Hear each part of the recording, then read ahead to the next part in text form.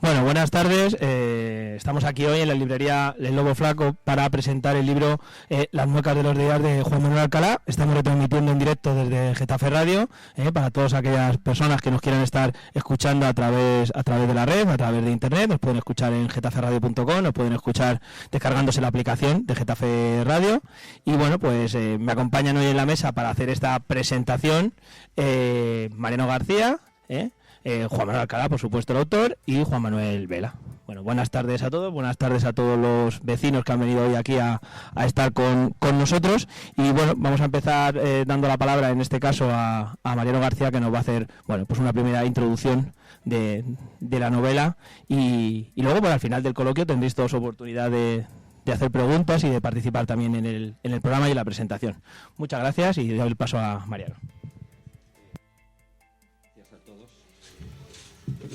Lo primero es agradecer al autor, a Juan Manuel Alcalá, la publicación de este libro. Esta novela, que está editada por la colección Travesía de los Libros de la editorial Editores Madrileños del Sur. Entre otras cosas, Juan Manuel Alcalá es un hombre muy conocido, es un hombre de los medios de comunicación, de la cultura, de aquí de Getafe y fuera de Getafe. Y este no es su primer libro, pero sí es su primer libro de ficción. Hay que recordar que él es autor de dos obras que son referentes aquí ya, que son Getafe Capital del Sur, editado en 2009, y Getafe Capital del Sur 2009-2012, crónica de un viaje al ayer. Bien, pero como decimos, esta es la primera incursión del autor en la ficción. Yo empezaría diciendo que el libro, o un libro, promete cuando en él se come bien. Y en este libro los personajes comen bien, les gusta comer bien, y eso ya promete en una obra. No es el caso aquí de que sea un libro de gastronomía ni una comedia sobre la gula, pero los personajes son de buen comer. Es una novela que está orientada o está enfocada de dos planos concretos. Por un lado, trata sobre la vida y las peripecias o los últimos trabajos realizados por el periodista Luis de Siroval en 1934, cuando fue a cubrir los acontecimientos de la Revolución de Asturias. Haciendo su trabajo, y precisamente por hacer su trabajo, fue asesinado. Lo mataron unos oficiales del ejército que fueron a sofocar esa rebelión o esa insurgencia que se dio en ese momento. De ahí salta la obra, en ese episodio que está escrito de una forma realista y muy cruda, salta a 1923 y se viene a Getafe. Llegamos a Getafe de la mano del que fuera juez entonces aquí, que se llamaba Manuel González. Antes de continuar, y para situar un poco, y porque realmente la literatura, como se disfruta, es leyéndola, quiero hacer dos pequeñas lecturas de los dos personajes principales, Luis de Siroval y Manuel González. De Luis de Siroval he cogido el último capítulo, cuando él ya está detenido y va a ser asesinado, y de Manuel González cuando llega a Getafe.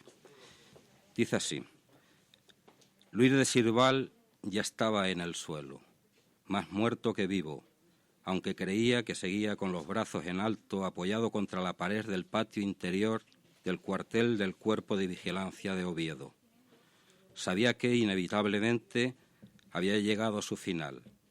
Era una injusticia pero a la vista de lo ocurrido, nadie acudiría en su ayuda contra los asesinos. Lástima de ocasión perdida. La crónica y la vida. Quizá nunca se supiera la verdad. Aquellos hijos de puta seguirían vivos, disfrutando de la vida y del crimen, aunque fuera odioso y abusivo. ¿De qué servía la razón y la justicia? Y de justicia, en el capítulo 8, el viernes 24 de octubre de 1918 en Getafe, la acción dice: Manuel González Correa era gallego y además lo parecía. Tenía, a pesar de su pronta madurez, el pelo gris, muy tieso y cortado a cepillo, como un erizo, los ojillos hundidos tras los anteojos redondos y una barriga incipiente. Había nacido en el año 1881 en una parroquia del municipio de Guinzo, en el valle que atraviesa el río Limia, en la provincia de Orense. Su padre era un gallego rico que cultivaba las mejores patatas de la comarca. El viejo González quiso que su hijo estudiara y tuviera una carrera que le permitiera huir del apretado y no siempre seguro negocio del tubérculo. Bien, estos dos personajes son los que van a dar forma a esta, que yo considero magnífica novela, ¿no? No tiene que asustarnos que esta portada, este libro, sea un esqueleto que está apoyado en la actitud de meditación, con una mano apoyada sobre una calavera en un atril. No es una obra de terror ni nada de eso, es lo que podríamos decir inteligencia. La inteligencia juanramoniana, la inteligencia con J. Eso viene a contar la dificultad que puede tener a la hora de escribir un libro cuando se utilizan personajes reales. Personajes que fueron de carne y hueso, que vivieron, que fueron convecinos de aquí de Getafe en aquella época, o de Madrid, que fueron relevantes muchos de ellos, grandes personalidades de la cultura y de la política, otros, que hicieron y que escribieron un capítulo muy importante de la historia de este país, aparecen aquí reflejados en esta obra, que viene a contar, por un lado, lo que es un poco ya en tono de novela negra o coqueteando con el género negro, algo sencillo, algo amable de nuestra sociedad, pero que va a ser un reflejo de esa gran tejido cultural y social que había en esa época, que dieron paso a lo que fue luego la República y lo que fueron aquellos acontecimientos que trajeron lo que todo el mundo conocemos. Pero literariamente, ¿cuál es la característica principal de esta novela? Efectivamente, que está hecha con personajes reales, pero eso le permite al autor, haciendo uso de la ficción, el recrearse más allá, ir más allá de la objetividad de los hechos en sí. O sea, los elementos que utiliza, objetivos puramente de los acontecimientos que ocurrieron, le permite recrearse, y eso es lo que ya da sentido a la novela como obra de ficción, y crea ese universo propio del autor, ¿no? Hace que el autor sea o crea un universo,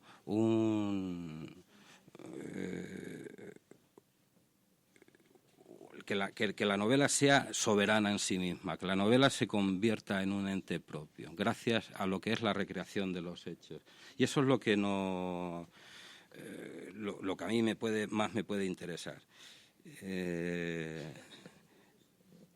No solamente ya los tertulianos del casino, los policías, los médicos forenses, el juez, el caso que está llevando la política, la ambición de unos y de otros, el juicio del personaje al que está siendo sometido Luis de Sirval, que es como concluye la novela,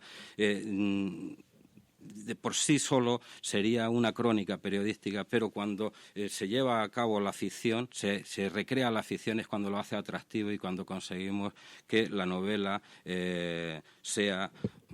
cumpla la labor que tiene que cumplir un libro, que es la de entretener, la de enseñar y la de aportarnos conocimiento. Y yo creo que con esta pequeña introducción le damos paso a Juanma y luego proseguimos. Bueno, pues como decía Mariano, vamos a dar paso en este caso a Juan Manuel Vela, que nos va a hacer de un punto de vista más político de la novela histórico, para abordar de qué trata y en qué consiste Las muecas de los días. Más que político, lo que de su lectura a mí me ha sugerido. En primer lugar, pues agradecer y saludar a los oyentes de Getafe Radio y a los asistentes a este acto en directo. Yo iba a comenzar ha hecho Mariano una mención a lo que ha sido la portada del libro. Me parece excelente desde el punto de vista de cómo luego está reflejado la explicación del sentido que tiene. Y yo voy a hacer una mención al final del libro que concluye con una frase que también viene reflejada en la infografía que pertenece al libro, que es Vivitur ingenio cetera mortis erum. Es decir, el genio sobrevive y todo lo demás es mortal. Iba a hacer parafraseando sobre esa inscripción que aparece en la portada y en el final del libro, la de cuerdas sobre amanece, que no es poco, respecto de todos somos contingentes, pero tú eres necesario, iba a hacer Alcalá, pero como tenemos aquí a los dos primeros alcaldes de Getafe, me ha parecido Jesús Prieto y Pedro Castro, que era un alarde por si se querían presentar otra vez y lo quiero evitar. Pero Alcalá, alcalde, me parecía que era simpático. Yo sobre el libro y sobre la lectura, y creo que desde el punto de vista literario Mariano lo ha expresado con certeza. A mí, sin embargo, me parece que lo que genera hacia el lector son otros hilos que creo que el año 34, lo que significó la Revolución de Asturias y su vinculación sobre lo que el año 23 supuso sobre el juez que de alguna forma es protagonista del libro, la importancia de la historia de España. Es decir, el 23, 34... 40 años posteriores de oscuridad y luego, según hoy políticamente algunos actores políticos, pues parece que tampoco los últimos 25 años han servido para nada. Es decir, tenemos un siglo XX que, desgraciadamente para los españoles, no ha supuesto absolutamente nada. Y creo que no es justo. Es decir, los últimos 25 años creo que ha sido el periodo, por decirlo, 25 años, del año 75 del final del franquismo, la entrada de la democracia, un régimen parlamentario, pero parece ser que el siglo XX, desde la salida del 98, ha sido un siglo en blanco para todos los españoles. Y no estoy de acuerdo. A mí los hilos que me sugiere, sobre todo en torno a lo que es el título del libro, de Las muecas, es de la situación en la que se encontraron los españoles a principios de siglo, con una revolución que algunos historiadores suponen que es el comienzo de la Guerra Civil. Es decir, el año 34, la Revolución de Octubre, lo que supone es un incipiente al calor de la proclamación de la República, de unos anhelos de revolución, y sin embargo ya había una serie de personajes y de militares que pensaron que era el momento oportuno para adelantar lo que luego posteriormente, desgraciadamente, en el 36 se ocasionó. Y a mí estos hilos y estas paradojas me ha hecho, y voy a hacer una intervención en torno a Eduardo López de Ochoa, que fue uno de los generales que fue mandatado por la RUS, por el Gobierno de la República, para aplacar la Revolución de Octubre, que me parece que es un personaje que, apareciendo en el libro, seguramente daría para hacer una segunda o una tercera parte. Y sobre él es lo que va a versar mi pequeña intervención al respecto.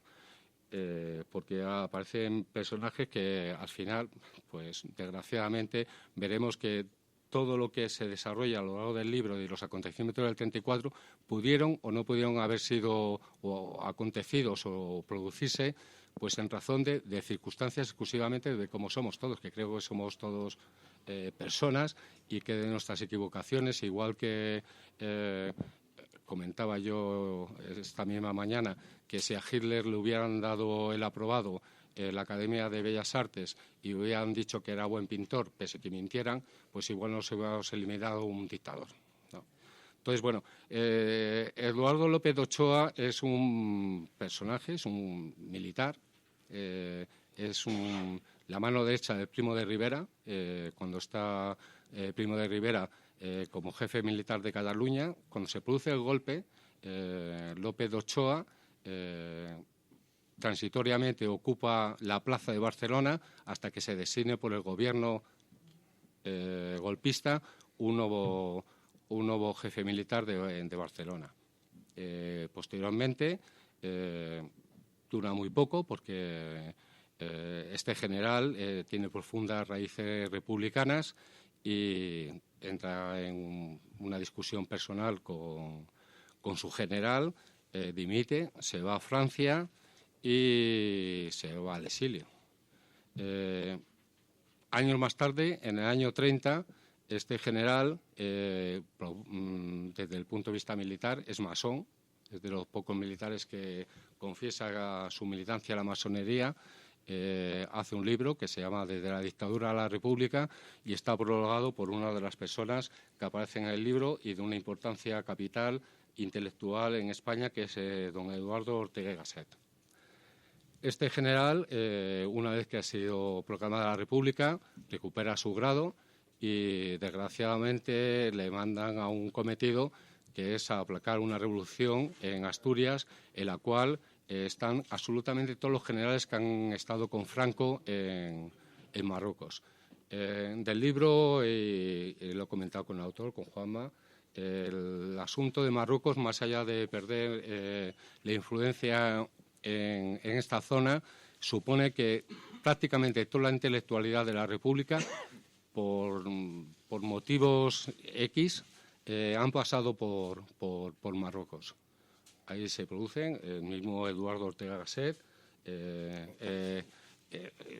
y Oteiza, efectivamente, van a Marruecos y todo el generalato, Yagüe, Aranda, Solchaga, Camilo Alonso, Doval y Bosch, todos los generales que manda el gobierno de la República de Asturias son parte del gobierno central de Francisco Franco, que desde Madrid dirige la represión de Asturias.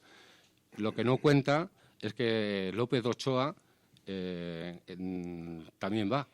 Y entonces se adelanta a los acontecimientos porque lo que esperaban era que había que la revolución avanzase lo suficiente para dar un golpe de Estado. Y López de Ochoa avanza desde Galicia, entra en Oviedo y es el que pacta con el Comité Revolucionario de Asturias, consigue, no digo una rendición, sino un acuerdo para ambas partes suficientemente satisfactorio, y lo que evita es una masacre generalizada y un golpe contra la República.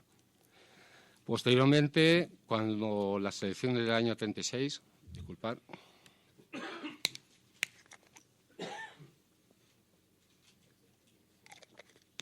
Eduardo López de Ochoa es sometido a un juicio por el cual pasa a la prisión de Guadalajara, enferma, y en función de la enfermedad es trasladado a lo que hoy conocemos como el Gómez Ulla, que era el Hospital General de Carabanchel. En él, está recuperándose, y cuando se produce el golpe de Estado del año 36, está en una situación en la cual muchos nos podemos encontrar en un momento determinado. Teniendo unos valores profundamente republicanos, pero pese a su participación en Asturias, por parte de la izquierda es un traidor y por parte de la derecha es otro traidor.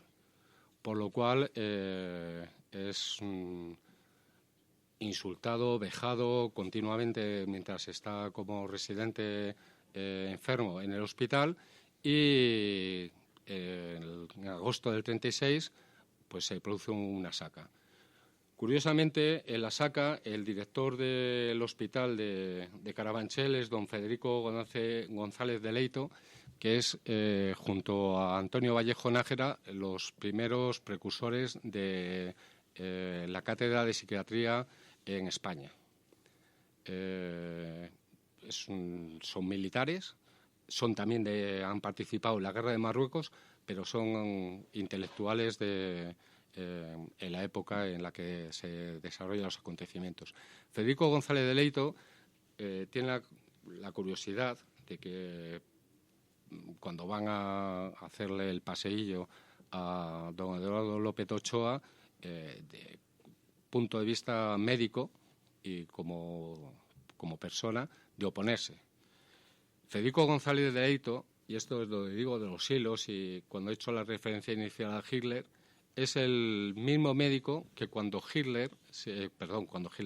Francisco Franco va a Zaragoza para presentarse a las pruebas para entrar a la Academia General, pese a que intelectualmente, no sé cómo serían los profesores entonces, le dieron el visto bueno, pero físicamente no pasaba la prueba.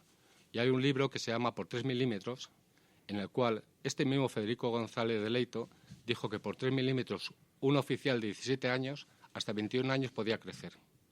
Por lo tanto, fue el que le dio el visto bueno para que entrara a la Academia Militar.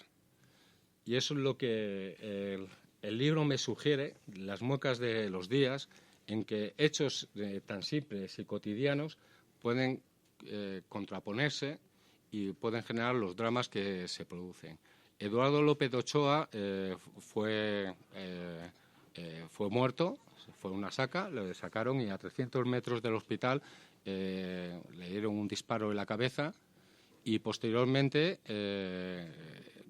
fue decapitado y su cabeza fue exhibida por las calles de Madrid en la Plaza Mayor, hasta que un oficial republicano, ante el alarde sádico, puso fin a esa aventura y concluyó ahí.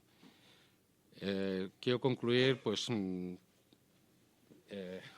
agradeciendo a Juan Manuel que me dé la oportunidad de participar con Mariano en esta mesa y animar a que de la lectura o simplemente de la compra, yo lo recomiendo porque es un buen libro para regalar. Uno no se lo lee, pero sabe que si lo regala no va a defraudar a nadie. Con lo cual es una oportunidad para todos los asistentes y para todos los que nos estén escuchando de decir que, si de las palabras que digamos no les animan a la lectura, que sí les animo a que lo compren por duplicado para regalarlo, tenerlo en su estantería y que lo disfruten, y sobre todo que si hay oportunidad que haya una segunda parte y que nos podamos ver en una siguiente ocasión. Gracias. Bueno, pues muchas gracias a Juan Manuel, y ahora, pues toca que sea el autor quien nos cuente un poco por qué ha escrito esta novela, qué es esta novela, todo esto, un poquito su versión de los hechos. Por el origen. El germen del libro se sale de una búsqueda de un personaje de Getafe, del médico, del forense, para hacer un artículo de esos que acostumbro y encontré una notita simple en un periódico de la época, en el año 23, en el que el juez forense de Getafe estaba analizando unos huesos encontrados en Carabanchel y me pareció una historia curiosa y empecé a seguir esa historia a través de los días del año 23, estamos hablando de marzo, me retrotraje a enero del año 23 y ya continué hasta octubre, noviembre leyéndome toda la prensa de ese año. La historia me sugirió al principio una novelita corta que originalmente la titulé Lío de huesos, en el que el personaje principal era el juez y se movían otros personajes alrededor de la novela, incluido el periodista, hasta que me di cuenta que en realidad el protagonista era el periodista y que lo que quería escribir era una novela sobre el periodista.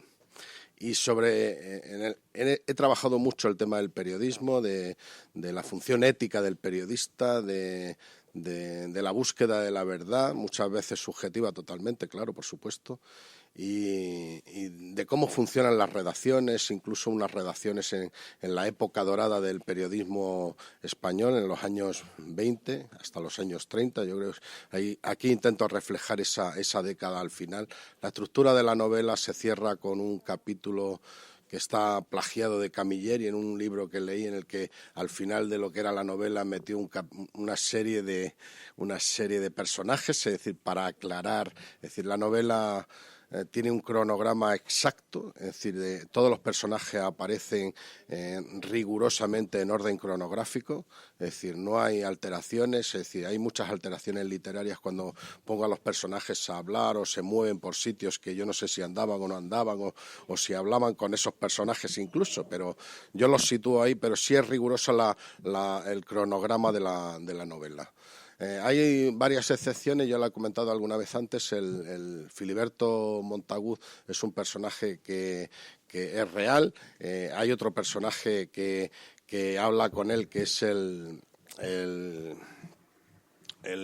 ¿cómo se llama? El que era procurador de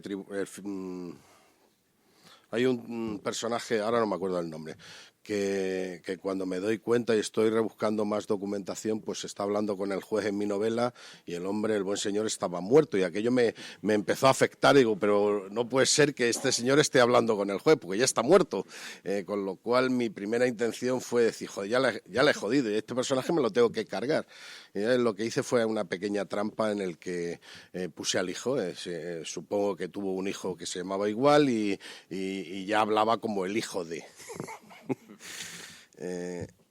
Luego hay alguna trampa más histórica, pero muy, muy suave, muy leve, que yo creo que poca gente se dará cuenta, como es cuando el primer cronista oficial de Madrid, Pedro Errépide, hace un brindis diciendo que hay que beber vino como solo los audaces lo hacen.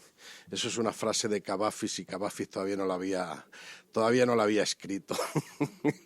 Es una pequeña trampa y una licencia que me tengo que poner. Y poco más. El libro hay gente que ya lo ha leído, gente que lo tiene que leer, y que yo creo que eso es lo importante. No sé si tenéis dudas. Es un libro en el que establezco varios planos, tanto a nivel espacio como a nivel tiempo. Es decir, hablamos de Asturias, hablamos de Getafe, hablamos de 1923, 1924, y salen, es decir, mezclo en los diálogos y en la trama narrativa, mezclo muchos hechos históricos constatados que sucedieron esos días, como la llegada hay una frase nada más que hace referencia a cómo hacer desaparecer un cadáver. Y le dice un personaje a otro, dice, bueno, lo bueno sería aplicar la teoría de Einstein, que explicó el otro día en el Alcalá Palace. Es decir, hacía 4 días que Einstein había dado una conferencia en Madrid y dijo, pues le transportamos en el tiempo y el cadáver desaparece. Ese es el mejor método. Pero mientras que no podamos aplicar eso, pues vamos a ver cómo lo hacemos, ¿no? Dentro de la parte amable del libro, que es la parte de los huesos, en la que al final pues el resultado es que no había ninguna mujer muerta, ¿no? Nada más, no sé si... Yo preferiría tener un diálogo. Vamos a ver quién se anima en hablar. Aquí tenemos muchos vecinos que quieren hablar seguro. ¿Quién quiere empezar?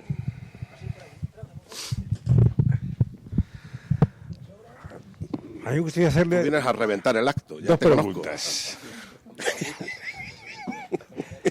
La primera, ¿cómo es posible, de dónde saca la fuerza y la constancia para un getafense en esta ciudad, en donde está tan inaugurada la cultura y la memoria histórica, dedicar muchos ratos durante 3 años a crear ese artefacto literario? Y luego, la segunda sería el tema de recrear las redacciones de los periódicos en los años 20-30, que a mí me ha gustado mucho. Y me gustaría que hablaras de esos periodistas, de Sirval, de la redacción de esos periódicos que había en Madrid. Bueno, yo he perdido 3 años, vamos, no he perdido, he disfrutado. Si alguien puede dedicar al margen de tener otros trabajos a escribir, es porque disfrutas en tu tiempo libre. Muchas noches, muchos días, muchos fines de semana, muchos domingos que llueve, que se puede uno dedicar a escribir. Y es un objeto, ¿no? Es decir, tú te empeñas en hacer una obra que se va agrandando poco a poco. Tuve que cortar ramas para podar el libro, ¿no? El libro se me iba por los bordes, se me iba por el López Ochoa, por los periodistas, por no sé qué, por el Oteiza, pero al final hay que podar, ¿no? Hay gente que piensa que me quedé corto, que estaba poco cocido el libro. Yo creo que está excesivamente cocido porque 3 años intelectualmente yo ya no daba más en este libro. En las redacciones, yo he vivido en redacciones a nivel local desde 1983, Pedro, más o menos. Tenía una duda, yo si en el 23 va dejando lagunas en la memoria. Ahora. No es el micrófono. ¿En el 83? 23. No, hombre, no, todavía no. Vamos a hablar luego. No, luego hablaremos de los últimos 40 años, digo, porque hoy nos tienen aquí presentes 36 por lo menos, ¿no? 36. Sí, en el 23 todavía no. No, yo terminar con lo de las redacciones, yo he vivido esas redacciones a nivel local en las épocas dentro del ámbito local cuando había vaca gorda, es decir, que estábamos en una redacción hasta 15 o 20 personas y ahora que estamos 2 personas o 3. Quiero decir que luego lo demás me lo he tenido que imaginar. En general, todo lo que hablo en las redacciones es prácticamente ficticio. El capítulo de Pedro de Répide está totalmente inventado. Casualmente coincide que en esas fechas cumpleaños y yo aprovecho para montar ese capítulo que me salió de tirón, además, de lo poco que me costó. Permitirme hacer al hilo de lo que vienes diciendo en el ambiente de las redacciones. Hay en la novela otra parte muy importante, que es lo que decíamos al principio, dentro de lo que es los subgéneros que puedan entrar dentro de lo que es la composición de la obra. Y hay un momento que, igual que se acerca a la novela negra en lo que es el asunto del caso del lío de huesos del juez, por otro lado, en esas recreaciones que hace a través de los paseos por Madrid, va apareciendo un tipo de novela romántica, que es a través de las leyendas de Madrid, cómo los personajes unos a otros, desde su función de cronistas, están narrando ese Madrid de las leyendas, ese Madrid de las sugerencias literarias, en algunos casos góticas, e incluso en otros son de lo que había, el crimen que hubo en la calle tal, en este palacete hubo, pues había eso. Eso es muy atractivo también, que aparece dentro de aquí. Que es, sí, aparece y alivia también, de alguna manera, y va al hilo porque son los propios personajes, la inquietud de los personajes periodistas que se cuentan unos a otros, eso. Y eso es muy, muy interesante también en esta obra. Sí, no cabe la menor duda que ya entrando a lo que es el desarrollo de la novela, creo que hay un cierto homenaje a un cierto periodismo. Yo, como ideológicamente soy prietista, y Indalecio Prieto fue periodista, fue un precursor de periódicos, de articulista, y también tiene ciertos tintes galdosianos. La descripción del Madrid que se realiza a raíz de una efeméride de un cumpleaños es de Pedro de Répide. Sí, es de categoría, porque más allá de cómo se lo pasaron, que debieron pasárselo bien, porque según parece en el libro no sé si hubo juerga incluso. Sí, debió ser espectacular. Sí. Es un homenaje a una forma de entender la sociedad en la cual, al margen del gobierno de turno, había crítica, y esa crítica se ponía o se sometía a la opinión pública. Hoy, desgraciadamente, es un hecho que va en retroceso, y yo ayer escuché en el intermedio Aguilar, que me parece de los de los pocos periodistas de raza que todavía se mantienen, pero hoy da la impresión de que el periodismo está en manos de pingüinos del Polo Norte. Sí, la frialdad. Es una cuestión en la cual no se ofrece al lector una información, simplemente se le traslada unos datos tergiversados, y si están amparados por una influencia institucional a través de anuncios, parece que pueden mantener su vida, ¿no? Y yo creo que es, en el fondo, en la parte de Sirval, en la parte más emotiva, porque la que es biográfica pues es dramática, ¿no? Pues con el final que tiene, que ni siquiera él es capaz de entender, pero la parte del Sirval joven, el Sirval que viene de Valencia a Madrid y sus inicios en la capital, es del joven que deseaba una sociedad mejor, del joven que deseaba que la gente conociera no solamente su posición política, sino son los magísteres del periodismo, con la gente que cuando entra a la redacción y es capaz de tomar un café o tomarse una cerveza en un cumpleaños, pero está con la gente más importante desde el punto de vista de la opinión pública. Y lo hacen sabiendo que al día siguiente, como fue en el caso del protagonista de Sirval, que lo puedan matar. Y lo hicieron desinteresadamente. No había ninguna publicidad institucional. Simplemente entendían su profesión como una cinta, lo que se decía antes que era un elemento de trasladar a la opinión pública lo que se tenía que hacer. Y en ese aspecto dentro de lo que es el libro, a mi juicio, es la parte más emotiva y más emocionante del mismo. ¿Alguna pregunta más? Ya que estoy aquí.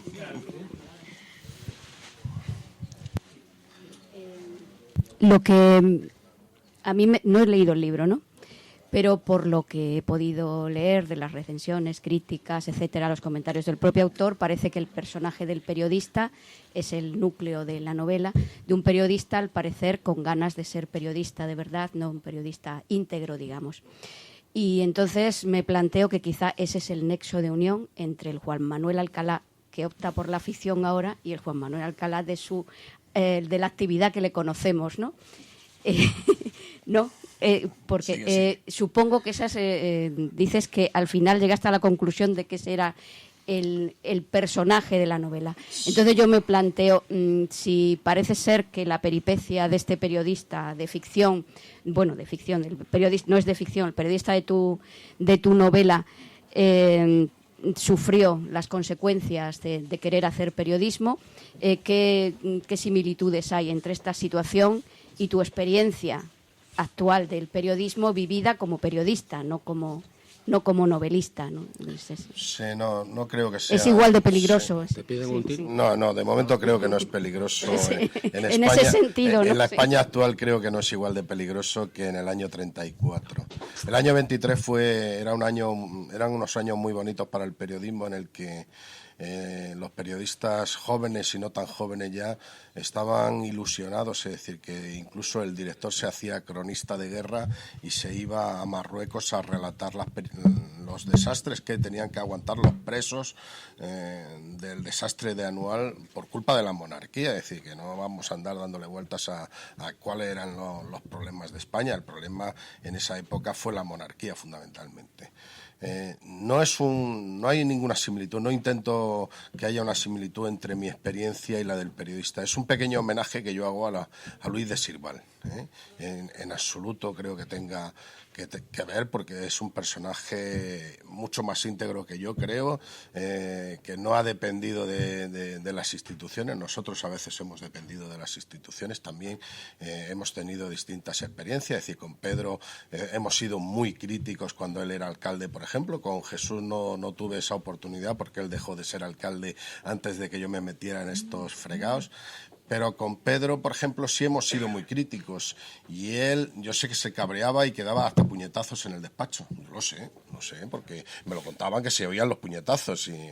Y sin embargo, él ha admitido siempre la crítica. Cuando ha salido a la calle, ha dicho, tú escribe lo que tengas que escribir, y me daba un abrazo. No sé si no había puñal, ¿no? Digo, oye, no, pero es cierto, él ha admitido como personaje público esa crítica.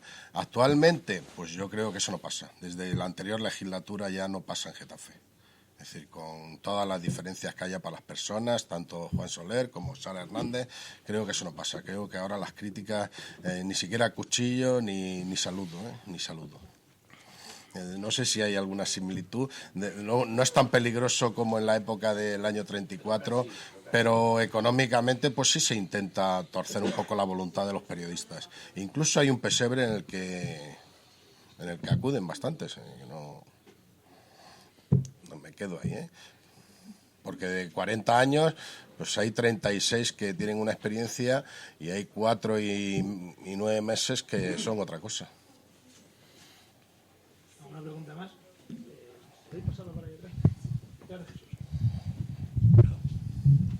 Hola, buenas tardes. Mi nombre es Lamberto y en primer lugar quiero agradecerte toda esa cantidad de artículos que vienes publicando y colgando en Internet desde Getafe Capital del Sur. Son muy atractivos y naturalmente dan ganas de investigar un poquito más en los personajes de los cuales hablas. La novela no la he leído, pienso leerla y tengo una idea de cómo va a ser. Hay algo que me llama poderosamente la atención y esta es la pregunta. ¿Por qué ese título? Sí, es algo que no hemos explicado para el oyente que no haya leído el libro. Efectivamente dice que es raro el título. El título es un título de la columna que hacía Sirval en La Libertad y antes de llegar a Madrid. En el año 1922 o 21 empezó a colaborar en La Correspondencia de Valencia o en La Voz de Valencia y ya utilizó esa especie de marca personal para escribir sus columnas de opinión.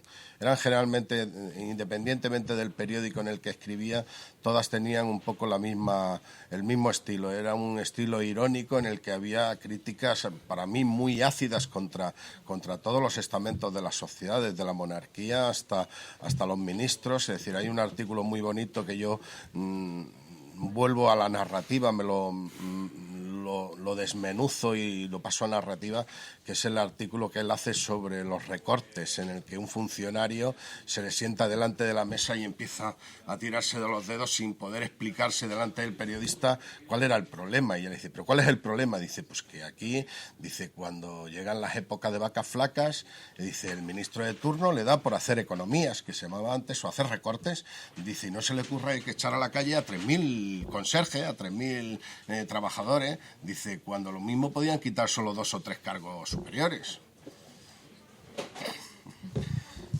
Dice que tiene ese espíritu de vigencia en las columnas que escribía en el año 23 a cosas que todavía siguen pasando. Pero el título del libro está plagiado de la mueca del nombre de la columna que escribía Sirval. No lo he hecho mío porque lo explico en varias ocasiones durante el libro, lo explico, que es la columna que escribía él y... Sí, por ahí querían hacer otra pregunta, por detrás. Perdona, no me conoces, pero bueno, soy amigo de Mariano y he venido invitado por él, muy gustoso. Bueno, vamos a ver, hay varias relaciones. La primera es el tema es que no lo he entendido muy bien. El siglo XX no ha sido provechoso para nuestro país, ¿no? No, digo para algunos. Bueno, ya, eso ya lo sabemos, eso lo sé siempre, ¿no? Pero bueno, sí, quiero decir, esa ha sido la idea, ¿verdad? Sí. Yo quiero aportar algo más en ese sentido. Me parece que los últimos 40 años que hemos salido ya del oscurantismo, ¿no? Pues los hemos tirado por la borda. No sé si la gente tiene esa sensación, pero a mí me da esa sensación.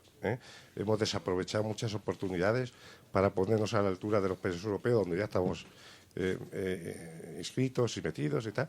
Y a mí me parece, y lo llevo diciendo mucha gente en todos los círculos sobre lo que me muevo. Otra cosa, como ha sido Galdós, pues hace poco volví a leer Miau. Y sale un personaje con estos cesantes de aquella época, que Galdós retrataba también, que hace unos dibujos sobre los personajes que trabajan alrededor. Y enseguida me acordé, si son memes. Lo que hace este hombre en el siglo XIX, este personaje que recrea Galdós, son memes, lo que estamos viendo ahora. Digo, seguimos en el siglo XIX.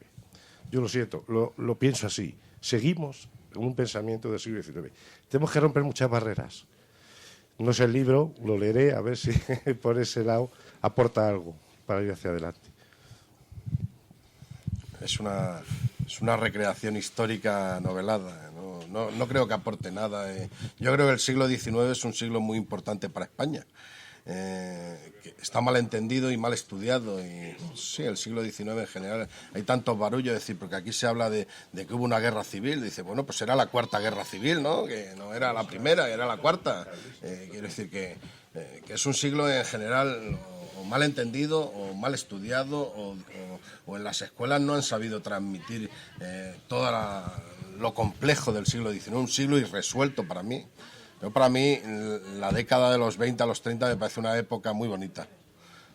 Y por eso el libro está centrado en esa década y creo que dentro de la idea que yo tenía del libro, una vez ya que zanjé la primera historia, la historia amable de los huesos que se encuentran unos chicos y que la investiga un juez de Getafe, una vez que paso al libro ya en su concepción definitiva, pues creo que es la mejor época para estar situado el libro. Podía haber transgredido y haber inventado el libro con personajes nuevos. Hay muchos autores que hacen eso, cogen un suceso antes era del caso, ¿no? Ahora del país o del mundo, de cualquiera, y de eso te hacen una novela y no citan fuentes. En este libro están todas las fuentes, están todos los artículos de Sirval, está todo. No hay usurpación de nada. Yo voy a hablar. Yo creo que soy, se oye bien, una de las pocas personas que ha leído el libro. ¿Ah, sí? Bueno, sí. Tú no, eres la única. No.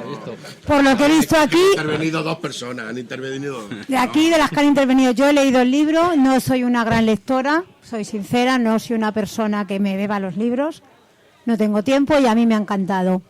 Recomiendo a cualquier persona que lo lea porque es una lectura bastante fácil, aparte de tener historia, hablar de periodismo, también la parte de los huesos, que a lo mejor en principio era inicial la novela ir por ahí, que no le habéis dado gran importancia porque por lo que veo todos habláis de política, de daño. A mí esa parte me ha encantado. Me parece súper interesante porque como persona que vive en Getafe te sitúa mucho el libro poco a poco en zonas de Getafe que te intriga. Y esto existía, y esto era así, y esta persona vivía aquí. Quiero decir que también el libro tiene esa parte. Yo voy a hablar de la parte más banal del libro, lo otro, y os animo a todos que lo compréis porque o que lo regaléis a gente que aunque no sea muy lectora os va a gustar, ¿eh? Es cierto que hay un recorrido... Hay que regalarlo primero, luego leerlo. Son dos libros. Es cierto, hay un recorrido importante por el Getafe de ese año, del año 23 o aproximadamente los años 20, en el que sí hay cosas, yo ya te lo he comentado, Sonia, que hay cosas que son ciertas, es decir, que el forense vivía ahí en la calle Jardines, en la actual calle Jardines, efectivamente, en un chalecito. El juez no sé dónde vivía, yo pensé que vivía en la calle Magdalena y así lo trasladé, y hay cosas que me he inventado. A mí hay una... hablando de cosas de Getafe, hay una pregunta curiosa que me hizo Alfonso, porque Alfonso me dice, bueno, y el personaje ese que sale en el casino, María la Zurda, ¿eso existió de verdad? Es el que le interesaba a Alfonso. Porque era una señora que parece que servía las copas ahí, que se movía con las caderas y tal entre las mesas. Pues es mentira, no existía. No existía, Alfonso. Era del 1% de personajes que salen que son de mentira, ese es uno de ellos. La mujer del juez y sus hijos también son inventados. Sí. Me gustaría, Juan, ¿cómo es eso de la mujer tiene el alma similar a los zapatos? Cuéntanos un poco. La forma del alma de la mujer, forma de zapato. Bueno, pues eso es una chorrada literaria que me surgió así. Digo, hablando así, claro, son cosas que son licencias literarias, no tiene más trascendencia, ni nos vamos a meter en cuestiones de género, ni nada. No. Yo lo sé por mi mujer, que le gustan muchísimo los zapatos. Eso tiene un recorrido No, el yo le encuentro un encanto muy especial, porque tiene hasta un tono de morbosidad, tocando un poquito ahí. Es una licencia literaria, porque me venía bien. Se habla mucho de pies, es decir, cuando el juez va a la misa del domingo en la Magdalena, todo lo que ven son pies, los pies de Cristo, los pies de Cristo, otra vez la Magdalena limpiándole los pies a Cristo. Y dice, joder, es que estoy empezando a obsesionarme con los pies. Claro, es el meollo de la intriga del relato, que es ahí donde se acerca el relato a lo que es ese lenguaje más del género negro, donde aparecen esos elementos propios de la intriga, del que va a pasar, por qué es esto, de las obsesiones de los personajes y eso. Que eso te lleva, claro, te va ambientando y te está llevando a luego lo que va a ser la resolución o la posible resolución del caso del juez, con los dichosos huesos que le salen al hombre, los huesos por todos lados, ¿no? Exacto. Sí, yo también, de lo curioso que, hablando de las nacionalidades de España, quitando uno de los personajes principales de la novela, el juez, que es gallego, lo importante de la novela es la trascendencia del resto de personajes y de Barcelona. Ahora mismo que en política nacional el lío que hay sobre las nacionalidades, he empezado hablando de Primo de Rivera, que siendo jerezano ya es suficiente, eso ya es español de por sí, pero la importancia que tiene la Plaza de Barcelona y de los personajes que aparecen y la importancia que han tenido en el desarrollo del siglo XX para que otras son las vicisitudes de lo que entiendan ellos por libertad o por tener mayores derechos, pero la importancia que han tenido en la política nacional y por lo menos los años 20 y 30, Barcelona marca un importante porcentaje de la vida política española. ¿Alguna pregunta más? Una butaz, porque es que también hay un montón de juego dentro de la novela. ¿Juego? Sí, juego. Hay una vieja en moto, que es un título de un capítulo que a mí me intriga. Luego está la señora, aparte de tu tema berlanguiano, que es un problema que tiene el señor Alcalá con el fetichismo de los zapatos, diga lo que diga. Y hay un montón de juegos de personajes que quedan en la atmósfera y quedan sin resolver. Desde mi punto de vista literario, afortunadamente. Pero quedan bailando por allí. Pues está resuelto. Y el tema, sobre todo, del casino, de lo que es la cotidianidad del Getafe aquel, que queda la atmósfera retratada sin dejar de definir. Sí, y queda Manolo, si he jugado, ha sido por divertirme nada más. Es decir, yo he dicho que esto se hace divirtiéndose. Si no te diviertes escribiendo, no lo haces. En La vieja y la motocicleta está resuelta por el juez rápidamente. Cuando le llama al teniente de la Guardia Civil, le dice que me ha dicho un vecino que la noche anterior pasó una motocicleta y tal. Y dice, pero vamos, ¿usted es tonto o qué? Y dice, pero si los huesos llevan 3 meses enterrados, ¿qué tiene que ver la motocicleta? Está resuelto, no tiene más el juego, sí, para... Y el ambiente, no sé, he intentado divertirme, si han quedado cosas así en el ambiente, no es malo que queden cosas resueltas. ¿Nadie más que hacer ninguna pregunta? Pues... Si queréis comentar algo más. No, sí, yo quería agradecer a Getafe Radio el patrocinio del libro, el mecenazgo que tuvo y algunos de las personas presentes que también fueron mecenas. Y las gracias a todos los presentes y a los 36 años de alcaldes aquí presentes. No son 40, pero son 36. Aunque haya gente que quiera eliminarlos de la historia. Gracias a todos. Bueno, y yo aprovecho para agradecer también a la librería, sí, por supuesto, a la librería por dejarnos estar aquí hoy y poder hacer esta por supuesto, nuestro agradecimiento a la librería Lobo Flaco. Vale. Pues nada.